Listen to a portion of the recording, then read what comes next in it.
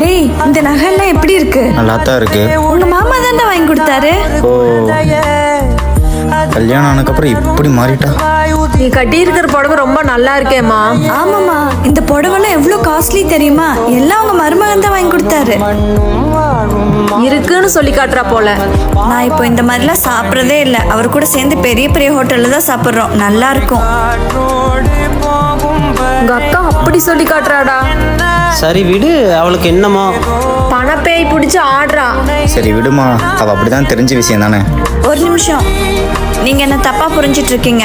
நான் ஒன்றும் நீங்க நினைக்கிற மாதிரி பணத்தாசை பிடிச்சவ இல்லை. அப்புறே சொல்லி காமிக்கிற. அப்பா இதெல்லாம் உனக்கு வாங்கி போட்டதே இல்லையா என்ன? நான் சொல்லி காமிச்சது உங்க வயிற்றுல வாங்கி கொட்டிக்கணுன்றக்காக இல்லம்மா. நான் தேடி போன வாழ்க்கை என்ன நல்லா பாத்துக்கிறாங்கன்னு உங்களுக்கு காட்டுறதுக்காக தான். நீங்க இதை பார்த்து மாப்பிள்ளை நல்லா பாத்துக்கிறாரேன்னு சந்தோஷப்படுவீங்கன்னு எதிர்பார்த்தேம்மா.